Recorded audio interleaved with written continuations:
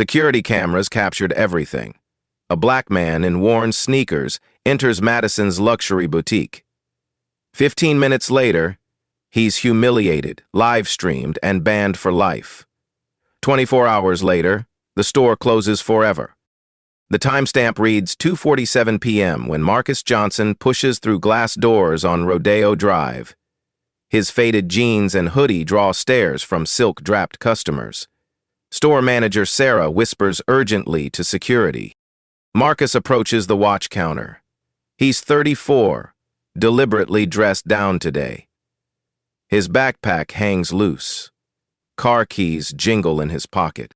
Sales associate Emma Rodriguez ignores him, continuing to help an elderly white woman. Other shoppers pull out phones. Someone starts recording. Instagram story caption, "Drama brewing at Madison's." Have you ever walked into a space where you immediately knew you weren't welcome, where your presence alone triggered whispers and assumptions? Marcus thought he was prepared for what happened next. He wasn't. This is one of those real-life stories that reveals how Black stories of discrimination still unfold daily, creating touching stories that demand we examine our biases. Marcus checks his phone. The screen shows 2:48 p.m. He has exactly 12 minutes before his 3:00 p.m. appointment. This needs to be quick. The boutique sparkles under crystal chandeliers. Hermès scarves cascade from silk displays.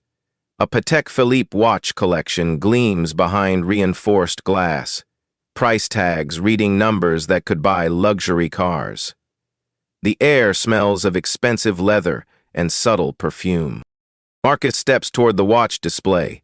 His reflection catches in the polished glass as he examines a Philippe Nautilus model. The price tag shows $85,000, 0 cents.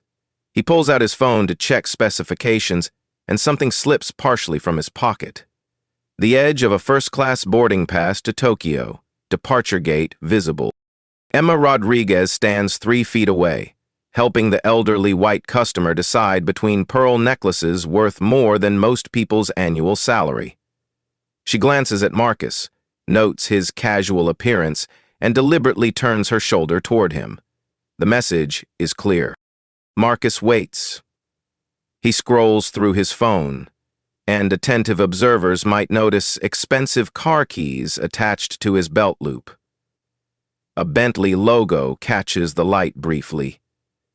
His backpack, while worn, bears a subtle Hermes leather tag that most wouldn't recognize.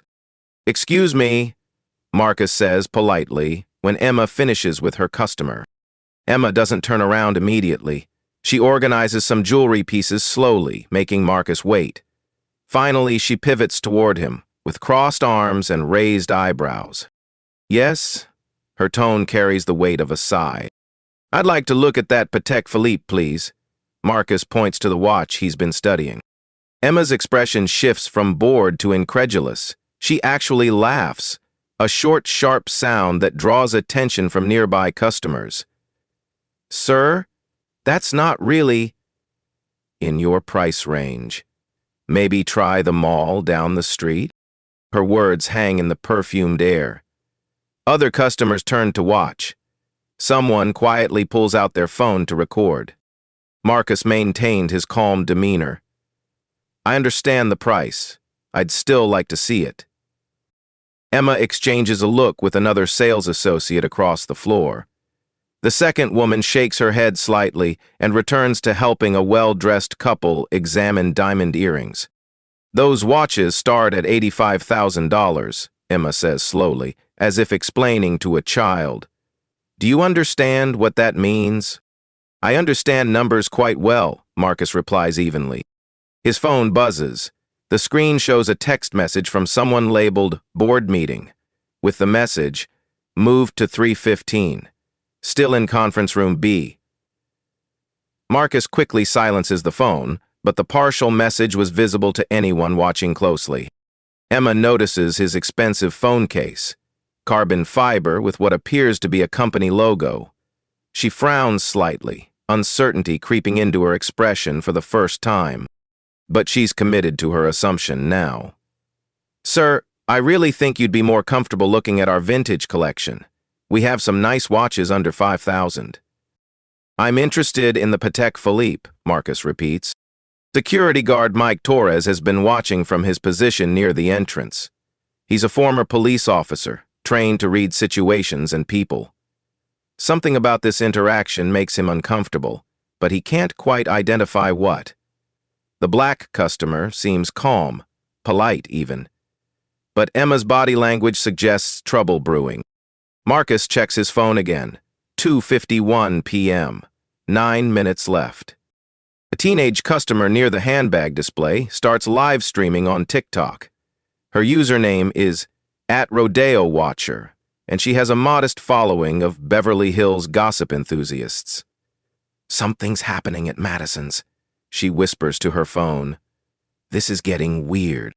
The live stream shows 47 viewers initially, but the number climbs as viewers share with friends. Emma's supervisor, Sarah, notices the growing attention from her position behind the main counter. She's been managing high-end retail for 15 years, and she knows when a situation might escalate. Customer complaints, especially those involving accusations of discrimination, can destroy a store's reputation overnight. Sarah approaches with practiced professionalism, her heels clicking against marble floors. Is everything all right here?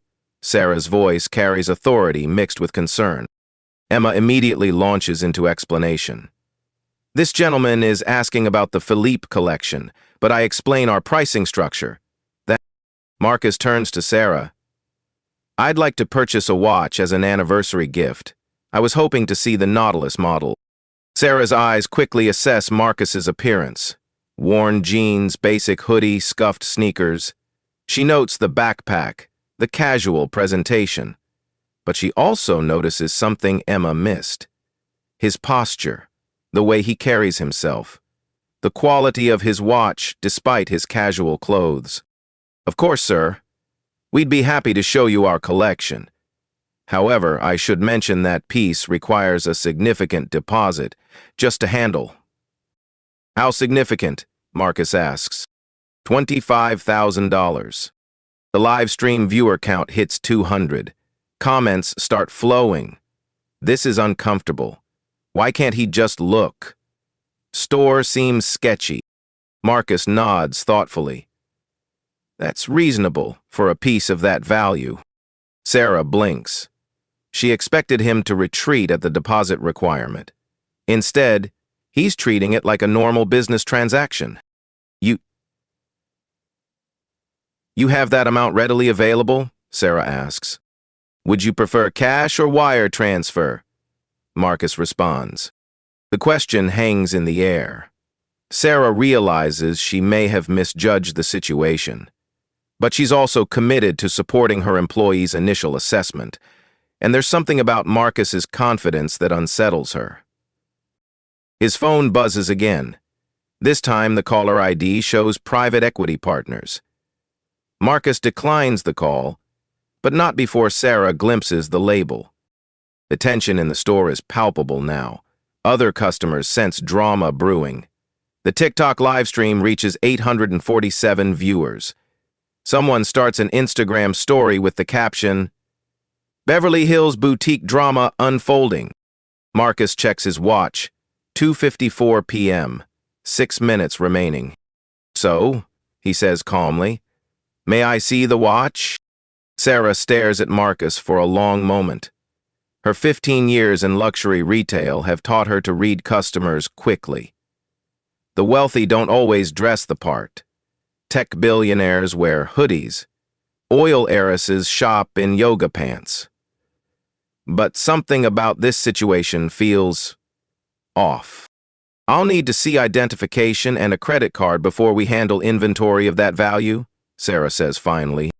Marcus reaches for his wallet. As he opens it, observant viewers of the live stream might notice it's not a typical wallet. It's a slim leather case that appears custom-made. He pulls out a black credit card, the kind with no spending limit, and sets it on the glass counter. Emma picks up the card. Her expression changes slightly as she reads the name, Marcus A. Johnson. The card is heavier than normal credit cards, made of metal with subtle embossing. "I'll need to verify this," Emma says, though her tone has lost some of its earlier condescension. "Of course," Marcus replies, checking his phone again. 2:55 p.m., 5 minutes left. While Emma processes the card, at Rodeo Watcher's TikTok livestream has exploded to 2,400 viewers. The comments section fills rapidly. Something big is about to happen. Why are they treating him like this? Plot twist incoming. This store has issues. Other customers in the boutique sense the tension. A well-dressed woman near the handbag display pulls out her phone to record. An elderly man shopping for his wife stops browsing to watch. The store has become a theater, and everyone knows drama is building. Sarah's phone buzzes. She glances at it and sees a notification from the store's corporate oversight system. Unusual transaction activity detected. Large transactions trigger automatic monitoring for security purposes. Marcus stands calmly, hands clasped behind his back, studying the watch display. His demeanor remains professional, almost meditative. But there's something in his posture that suggests coiled energy, like a panther waiting. Emma returns from the card verification terminal, her face pale. "Sir, there seems to be an issue with payment processing." "What kind of issue?" Marcus asks evenly. The system flagged this as requiring additional verification. Marcus nods. "That happens with large transactions. Would you like me to call my bank?" Sarah intervenes.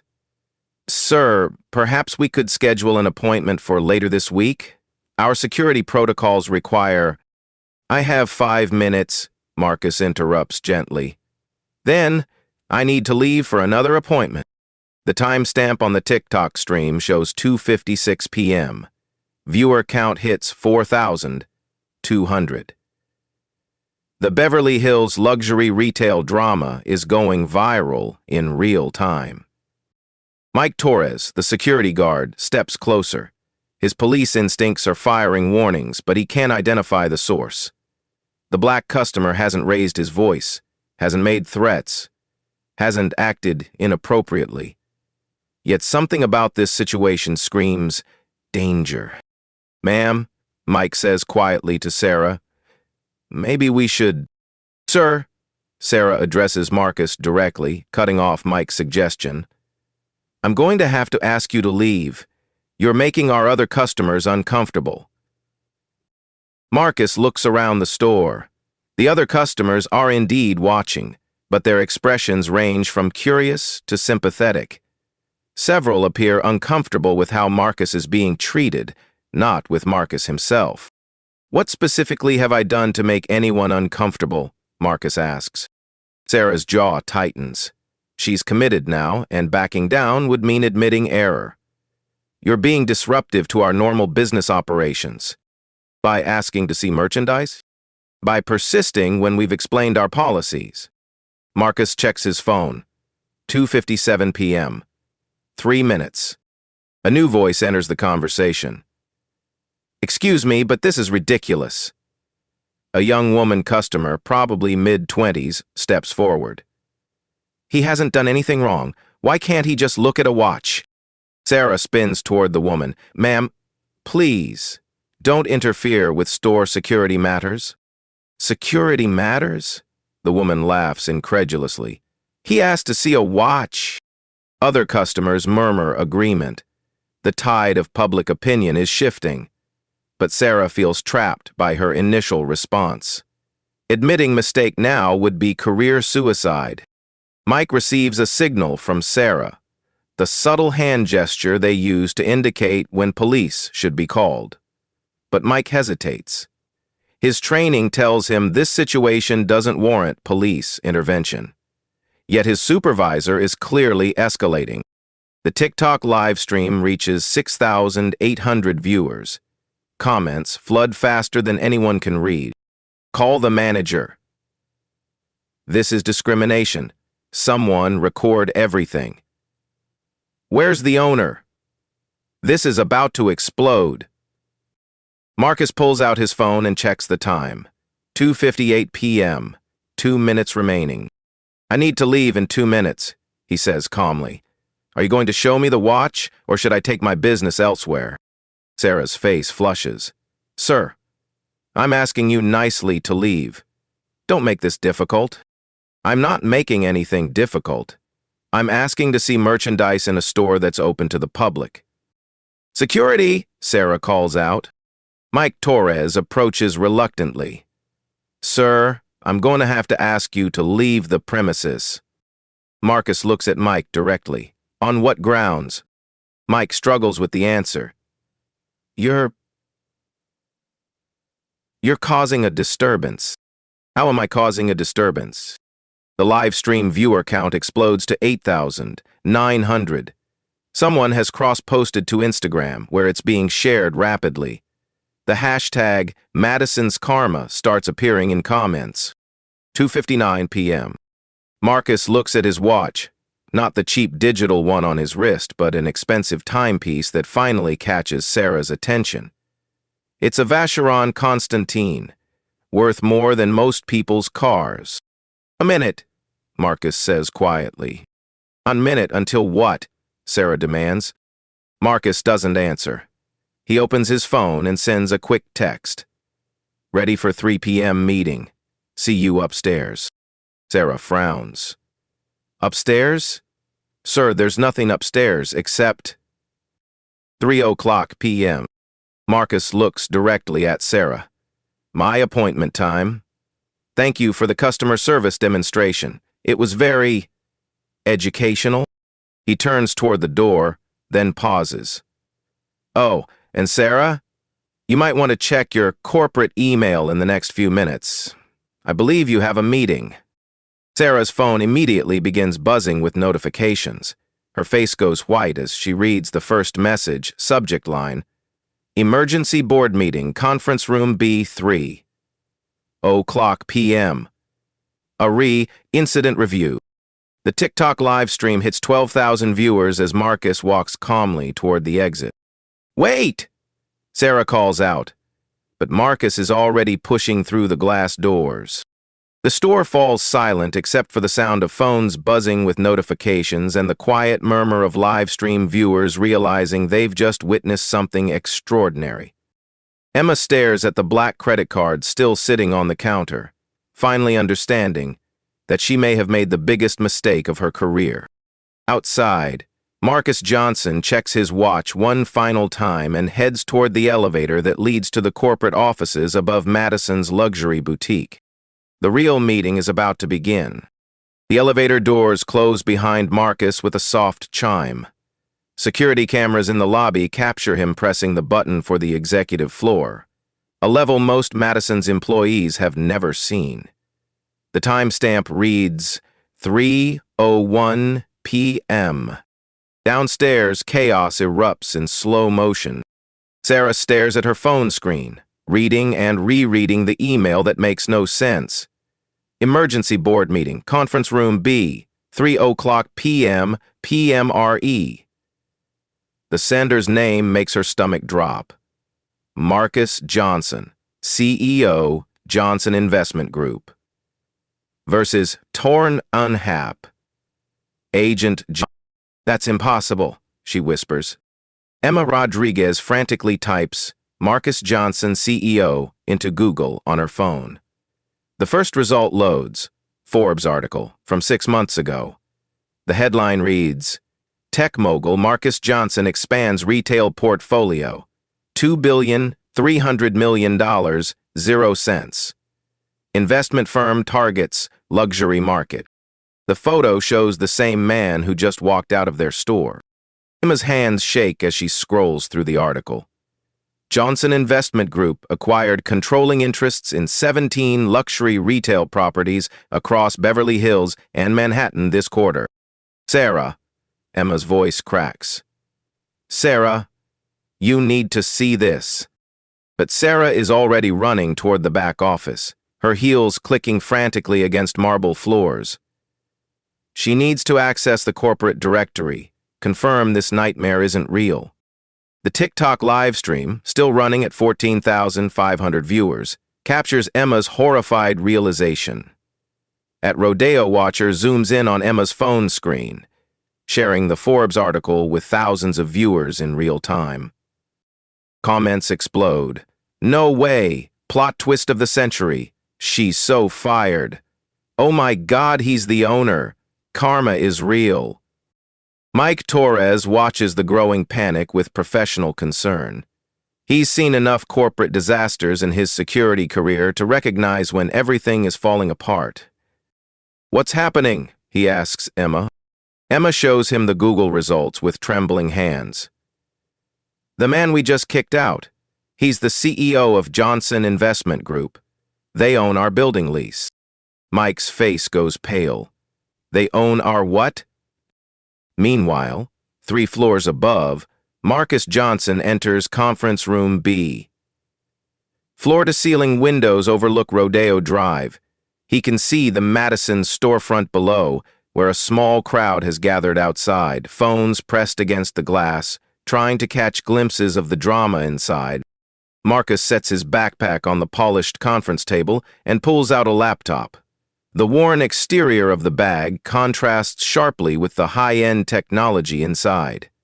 He opens a secure video conference application.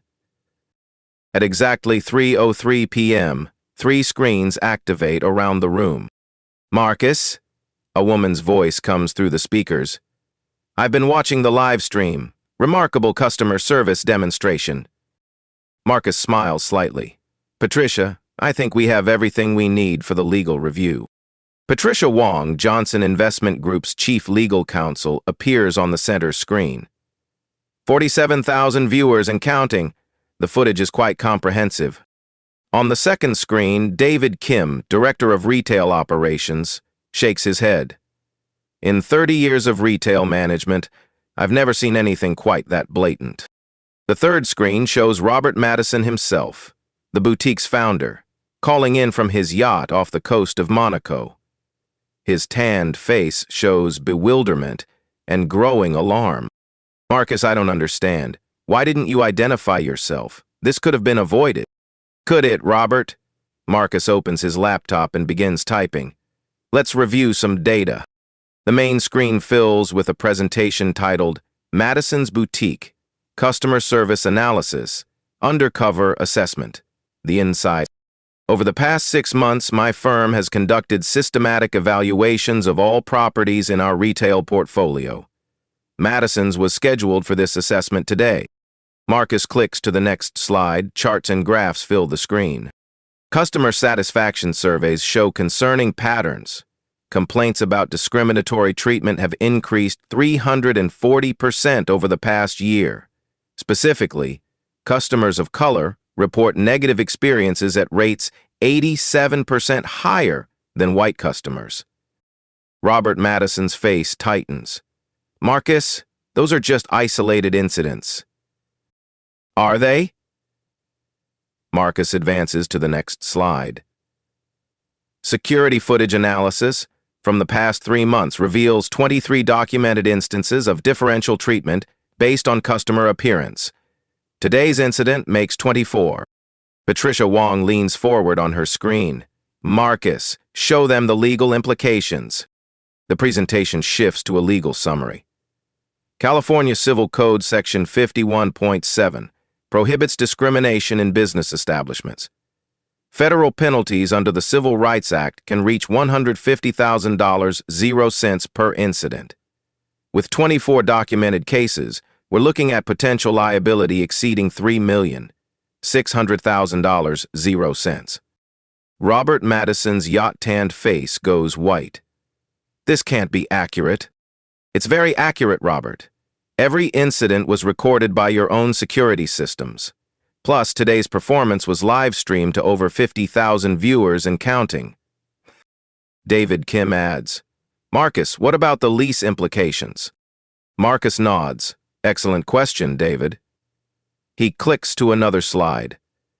Section 14.3 of the Madison's lease agreement states that discriminatory practices constitute grounds for immediate lease termination.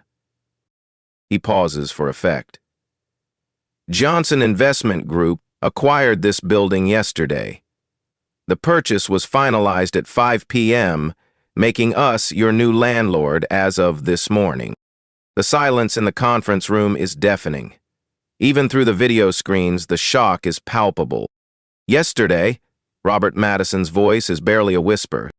Yesterday, which means today's incident occurred on property we own, by employees whose actions we're now legally responsible for. Patricia Wong's screen updates with additional documents. The liability extends beyond lease violations. We're now looking at potential civil rights lawsuits, insurance claims, and reputational damage that could affect the entire Johnson Investment Group portfolio. Marcus stands and walks to the window. Below, he can see Sarah pacing in the boutique, her phone pressed to her ear. The crowd outside has grown larger. The live stream has been shared 12,000 times in the past 10 minutes, David Kim reports. It's trending on TikTok, Instagram, and Twitter. Madison's Karma is the #3 trending hashtag in Los Angeles. Marcus turns back to the cameras.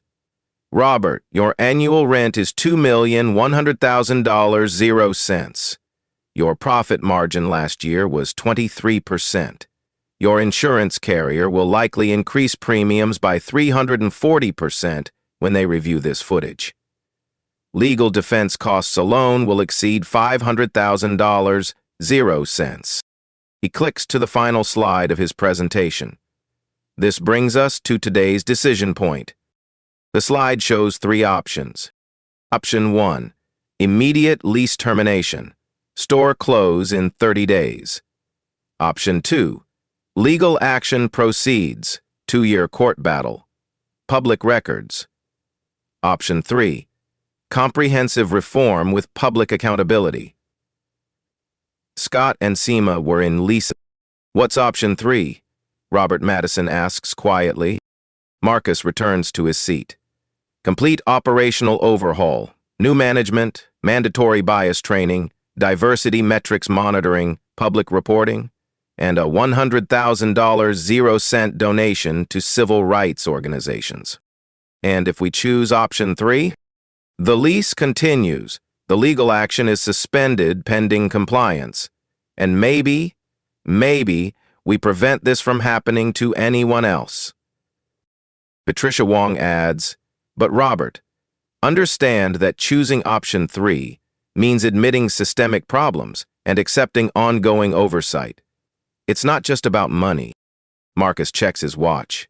It's 3:12 p.m. Your store manager is currently Googling how to file for unemployment. Your sales associate is crying in the bathroom. Your security guard is updating his resume. He looked directly at Robert Madison's screen. The question isn't whether you can afford option 3. The question is whether you can afford not to choose it. Outside, the TikTok live stream has reached 89,000 viewers. News outlets are starting to pick up the story. Someone has created a Wikipedia page for Madison's boutique discrimination incident. Marcus opened his phone and shows the screens. Oh, and Robert, TMZ just called. They want a statement about the luxury store racist meltdown video. Robert Madison closes his eyes. When he opens them, his voice is different, smaller, defeated. What exactly does option 3 require? Marcus Johnson smiles for the first time since entering the store. I'm glad you asked. Marcus Johnson opens a new presentation file. The conference room screens display a detailed breakdown titled Madison's Boutique, Comprehensive Reform Protocol.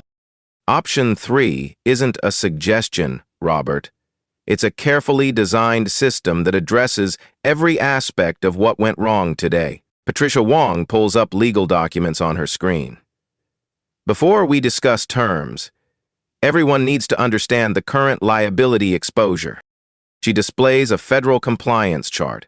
Under 42 U.S.C. Section 1981, which prohibits racial discrimination in contractual relationships, damages can include compensatory and punitive awards.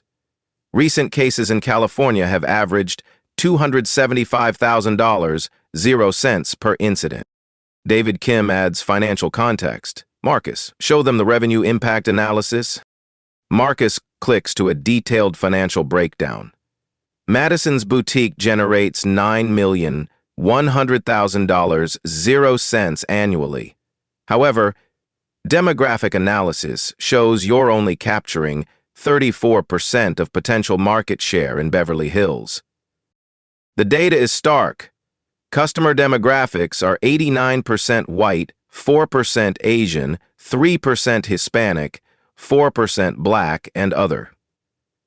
Beverly Hills area demographics show a much more diverse population, with significantly higher spending power. You're leaving $4,200,000, 0 cents in annual revenue on the table due to reputation issues in communities of color, Marcus continues. Robert Madison's image flickers as his yacht's internet connection struggles. Those numbers can't be accurate. They're from your own POS system data, Robert. Cross-referenced with census data and consumer spending reports from the Federal Reserve Bank of San Francisco. David Kim displays additional charts. Yelp reviews, Google ratings, and social media sentiment analysis all show declining scores over 18 months. Today's incident has accelerated that decline exponentially. Marcus stands and walks to the window again. The crowd outside Madison's has grown to approximately 50 people. Local news vans are arriving. In the past 20 minutes, your online ratings have dropped from 4.2 stars to 2.1 stars across all platforms. The hashtag Madison's Karma has been shared 47,000 times. Patricia Wong interrupts. Robert, I need to inform you that we've received preliminary contact from 3 civil rights organizations. They're considering formal complaints with the California Department of Fair Employment and Housing. 3 organizations? Robert's voice cracks. NAACP Legal Defense Fund, ACLU of Southern California, and the Anti-Defamation League. The video evidence makes their case very strong. Marcus returns to his seat. This brings us back to option 3, complete structural reform. He advances to the detailed requirements slide. Immediate actions, 30 days. Terminate Sarah, store manager. Suspend Emma Rodriguez, sales associate, pending training completion. Implement bias incident reporting system. Hire diversity and inclusion consultant. Install customer feedback monitoring technology. Medium-term changes, 90 days. Structure hiring practices with diverse interview panels. Mandatory 40-hour bias training for all staff. Establish community advisory board. Create anonymous customer feedback system. Implement performance metrics tied to inclusive service. Long-term accountability, 12 months. Quarterly diversity reporting to Johnson Investment Group. Annual civil rights compliance audit. $100,000 0 cents donation to NAACP Legal Defense Fund. Establishment of $50,000 0 cents annual diversity scholarship. Public dashboard showing inclusion metrics. Robert Madison studies the requirements. The financial cost alone is enormous. Marcus nods. The donation and scholarship total $150,000, 0 cents. Training and consulting will cost approximately $75,000, 0 cents. Technology implementation adds another $50,000, 0 cents. $275,000, 0 cents in the first year, Robert calculates. Compared to $3,600,000, 0 cents in potential federal penalties, Patricia Wong notes. Plus legal defense costs, insurance increases, and lost revenue. David Kim displays comparative data. Robert, stores in our portfolio that implemented similar reforms saw average revenue increases of 28% within 18 months. Marcus opens his laptop again. Let me show you what success looks like. The presentation shifts to case studies.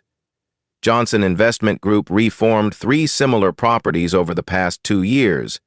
Customer satisfaction increased by an average of 67%. Revenue grew 31%. Staff turnover decreased 45%. He clicks to specific examples. Prestige Jewelry in Manhattan saw their most profitable quarter ever after implementing inclusive service training. Luxury Leather in Chicago expanded their customer base by 89% within 1 year. Robert Madison's resistance is clearly weakening. What about oversight? How do we know when we've met your standards? Excellent question. Marcus displays a monitoring framework. Independent third-party audits every 6 months.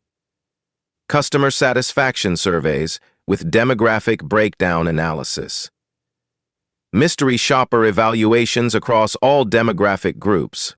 Patricia Wong adds the legal framework. Compliance is measured against specific metrics. Customer complaints below 0.5% monthly. Demographic representation in customer base within 15% of area demographics.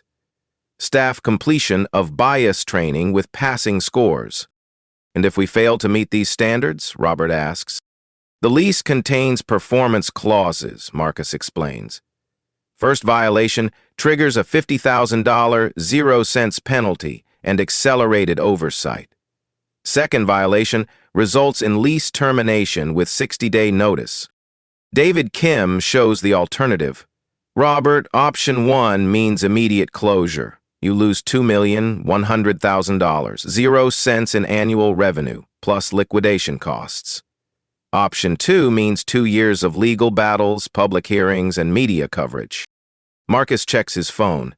The live stream video has now been viewed 127,000 times. CNN just published an article titled, "Luxury Store Discrimination Caught on Camera Goes Viral." He shows his screen to the cameras. Entertainment Tonight wants an exclusive interview. The Beverly Hills City Council has scheduled an emergency session about discrimination in luxury retail. Robert Madison's shoulders sag. This is spiraling out of control. Yes, it is, Marcus agrees. But option 3 allows you to control the narrative. Instead of being the villain in a discrimination story, you become the reformed business leader who chose change over defensiveness. Patricia Wong displays a public relations strategy. Voluntary compliance looks very different from forced compliance in the media. Proactive reform generates positive coverage. Marcus stands and begins pacing. Robert, I didn't create this situation to destroy your business. I identified it to fix a systemic problem that's hurting your bottom line and our community. He pauses at the window. Look outside. Those people aren't holding protest signs. They're holding phones, documenting history. The question is, what kind of history we write together? David Kim checks his tablet. Marcus, the mayor's office just called. They want to discuss the incident. And the governor's civil rights task force has requested a briefing, Patricia Wong adds. Marcus turns back to the cameras. Robert, you have approximately 6 hours before this becomes a statewide political issue. After that, your options become much more limited. Robert Madison closes his eyes for a long moment. When he opens them, his voice is barely audible. If I agree to option 3, what happens immediately? Marcus sits back down. We hold a joint press conference at 6 p.m. today. You announce voluntary implementation of comprehensive reforms. We frame this as leadership, not reaction. And the legal liability? Patricia Wong answers. Johnson Investment Group agrees to suspend civil action pending successful completion of the reform program. The clock starts fresh. The media coverage? David Kim responds, we control the message. This becomes a story about taking responsibility and choosing change. Marcus looks directly at Robert Madison's screen. Robert, I'm offering you a chance to be remembered as the business owner who chose to do the right thing when it mattered. Robert Madison stares at the ceiling of his yacht cabin for 30 seconds. The only sound is the distant murmur of protesters outside and the hum of conference room technology. Finally, he looks back at the camera. What do I need to sign? At 3:47 p.m., digital signatures appear on compliance documents across 4 different screens. The Madison's Boutique Reform Agreement becomes legally binding with Robert Madison's electronic consent from international waters. Patricia, file this with the California Secretary of State immediately, Marcus instructs. David, initiate the press release protocol. Within minutes, the consequences begin cascading through the boutique below. Sarah receives the termination notice via corporate email at 3:52 p.m. The message is brief and legally precise. Effective immediately, your employment with Madison's Boutique is terminated due to discriminatory customer service practices documented on June 30, 2025.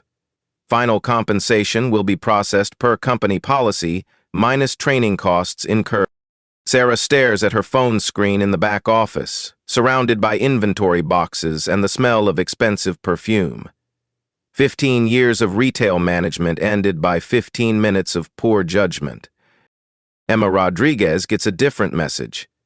Mandatory suspension without pay pending completion of 40-hour bias awareness training program. Return to work contingent upon successful completion and probationary performance review. She reads it while sitting in the employee bathroom, tears streaming down her face as the live stream comments she's been reading finally stop refreshing. The TikTok video has been viewed 189,000 times. Mike Torres receives yet another notification. Formal written warning for failure to de-escalate customer service incident. Mandatory 20-hour conflict resolution training required within 30 days. At 4:15 p.m., Dr. Amelia Harrison arrives at Madison's Boutique. She's the diversity and inclusion consultant Johnson Investment Group keeps on retainer. A former federal civil rights investigator with a PhD in organizational psychology. Dr. Harrison's first action is installing temporary customer feedback tablets at every service station. The devices ask simple questions. Did you feel welcome today? Was service professional and respectful? Would you recommend this store to friends? By 4:30 p.m., the new technology reveals immediate data. Of 12 customers who shopped during the afternoon, 8 rated their experience below average. Comments include, staff seemed distracted and worried, and atmosphere was tense. Meanwhile, Marcus Johnson's legal team works with surgical precision. At 4:45 p.m., they file formal notifications with relevant civil rights organizations explaining the voluntary compliance agreement and reform timeline. NADACP Legal Defense Fund receives a detailed report including the settlement terms, reform commitments, and monitoring protocols. The $100,000 zero-cent donation will fund their economic justice initiative, focusing on retail discrimination cases. The Anti-Defamation League gets copies of the bias training curriculum that will be implemented store-wide. The 40-hour program includes modules on unconscious bias, cultural competency, and inclusive customer service practices. At 5:00 p.m. sharp, Marcus calls an emergency staff meeting in the boutique. 7 employees gather nervously among the crystal chandeliers and luxury displays. I'm Marcus Johnson, CEO of Johnson Investment Group, he begins. We now own this building and have significant concerns about today's customer service incident. The employees exchange glances. Everyone has seen the viral video by now. Effective immediately, we're implementing comprehensive reforms designed to ensure every customer receives respectful, professional service, regardless of appearance, race, or perceived economic status. Marcus explains the new protocols. Customer service standards will be monitored through mystery shopper evaluations every 2 weeks. Shoppers will represent diverse demographics and dress styles. Performance ratings directly impact employee evaluations and compensation. A community advisory board will review customer complaints and suggest improvements. The 7-member board includes representatives from Beverly Hills NAACP, local business associations, and community organizations. Anonymous reporting systems allow customers and employees to flag discriminatory behavior without fear of retaliation. Reports trigger automatic investigations within 24 hours. Training programs begin immediately. All staff must complete bias awareness education before returning to full duties. Passing scores of 85% or higher are required. Performance metrics now include inclusion measures. Customer satisfaction scores must meet diversity benchmarks. Employees receive bonuses for consistently high ratings across all demographic groups. At 5:30 p.m., the first mystery shopper arrives. A young black woman in casual clothes carrying a worn backpack. She browses quietly, testing whether service has already improved. The remaining sales associate, Jennifer Walsh, approaches immediately. "Good evening. Welcome to Madison's. Is there anything specific I can help you find today?" The interaction is recorded by discrete cameras for training analysis. Jennifer's tone is professional, her body language open and welcoming. She spends 20 minutes showing various pieces without asking about budget or payment methods. The mystery shopper rates the experience 4.5 out of 5 stars. At 6:00 p.m., the joint press conference begins in the boutique's main showroom. Marcus Johnson and Robert Madison, via video link, address assembled media. Today's incident represents an unacceptable failure in customer service standards, Robert Madison states from his yacht. "I take full responsibility and have implemented immediate corrective measures." Marcus adds, "Johnson Investment Group is committed to ensuring luxury retail serves all customers with dignity and respect. These reforms will be monitored transparently and reported publicly."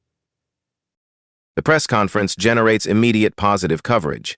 Headlines read, "Luxury store owner takes responsibility after viral discrimination video," and tech CEO's undercover investigation leads to retail reform. By 7:00 p.m., the customer feedback tablets show measurably different results. Evening shoppers rate their experience an average of 4.2 stars, with comments like, "Staff was very attentive," and "felt welcomed and respected." The TikTok video continues, viral spread, but now the story includes the resolution. At Rodeo Watcher posts a follow-up. Mad. Update. Store owner just announced major changes after viral discrimination video. This is how you handle accountability. Within 30 days, independent auditors will verify compliance with all reform measures. Customer demographic data will be analyzed monthly. Staff performance reviews will include inclusion metrics alongside sales numbers. For the $50,000 0 cents annual scholarship program launches immediately, supporting students pursuing careers in business ethics and civil rights law. Recipients will be selected by the Community Advisory Board. A public dashboard goes live on Madison's website, displaying real-time customer satisfaction scores broken down by demographic categories. The transparency is unprecedented in luxury retail. Dr. Harrison establishes weekly sensitivity training sessions. Role-playing exercises help staff recognize unconscious bias. Customer service scenarios include diverse situations and backgrounds.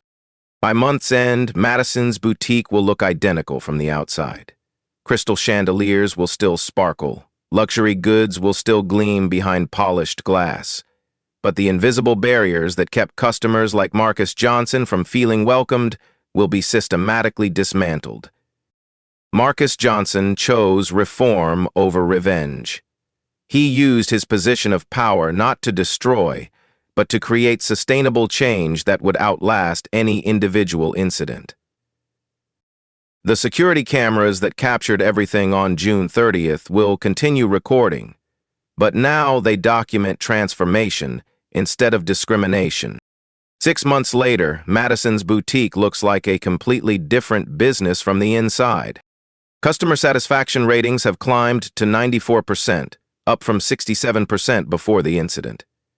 The improvement crosses all demographic categories, with Black and Hispanic customers now rating their experience at 93%, nearly identical to white customers at 95%. The diversity metrics tell a remarkable story. Customer demographics now reflect Beverly Hills area population within 8%. 52% white, 23% Asian, 15% Hispanic, 10% Black, and other ethnicities. Revenue has increased 23% as the store successfully attracts the previously excluded market segments. Emma Rodriguez completed her bias training and returned as an associate manager. Her customer service scores consistently rank in the top 10% across all demographics. She credits the training with opening her eyes to unconscious behaviors she never recognized. I learned that assumptions I thought were normal were actually barriers, she explains to new hires during training sessions. Now I approach every customer with curiosity instead of judgment. The Community Advisory Board meets monthly in Madison's back conference room. Board member Dr. Angela Washington, a local NAACP chapter president, describes the transformation as proof that businesses can choose accountability over defensiveness.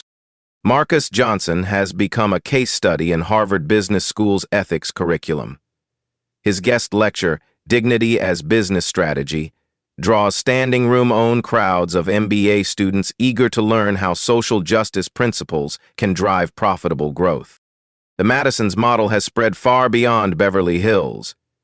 47 luxury retailers across 12 states have voluntarily implemented similar accountability systems. The Madison's protocol is now recognized industry-wide as the gold standard for inclusive customer service.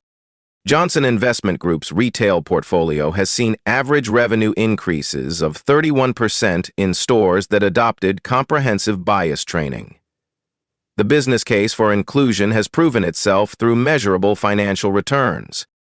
The viral TikTok video, now viewed over 2.3 million times, serves as training material in business schools and civil rights organizations. It demonstrates how one person's courage to document injustice can create systemic change. Marcus reflects on that June afternoon. They saw my clothes and made assumptions about my worth. I saw an opportunity to change an entire industry. That's the difference between reacting and responding. The security cameras that captured the original discrimination now document thousands of positive interactions. Customer testimonials praise the welcoming atmosphere and respectful service that defines Madison's new culture. Sarah, the former manager, works for a small retail chain in another state. She completed extensive bias training and speaks publicly about the importance of recognizing unconscious prejudice. Her story serves as a cautionary tale about how quickly careers can be destroyed by discriminatory behavior. The $50,000 0 annual scholarship has supported 12 students pursuing civil rights law and business ethics. Recipients intern at Johnson Investment Group, learning how social justice principles integrate with successful business practices. Most importantly, no customer has reported feeling unwelcome or discriminated against at Madison's boutique since the reforms began. The anonymous feedback system processes hundreds of responses monthly, with 94% rating their experience as excellent or very good. These real-life stories prove that individual courage can transform entire systems.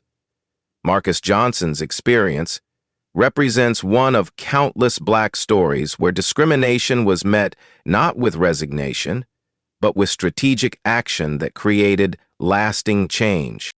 His story joins the growing collection of touching stories that demonstrate how ordinary people can create extraordinary impact when they choose accountability over anger, reform over revenge. Have you witnessed discrimination in retail or other public spaces? Your experience matters and could help create change.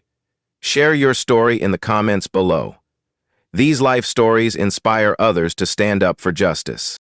Subscribe for more real-life stories that showcase how everyday people transform unfair systems. These Black stories and touching stories remind us that one person's courage can change entire industries. Share this video if you believe every customer deserves dignity regardless of appearance. Together, we can make discrimination economically and socially unacceptable. What would you have done in Marcus's situation? Would you have revealed your identity immediately or used the moment as a teaching opportunity? Comment below and join the conversation about creating change through strategic action rather than emotional reaction.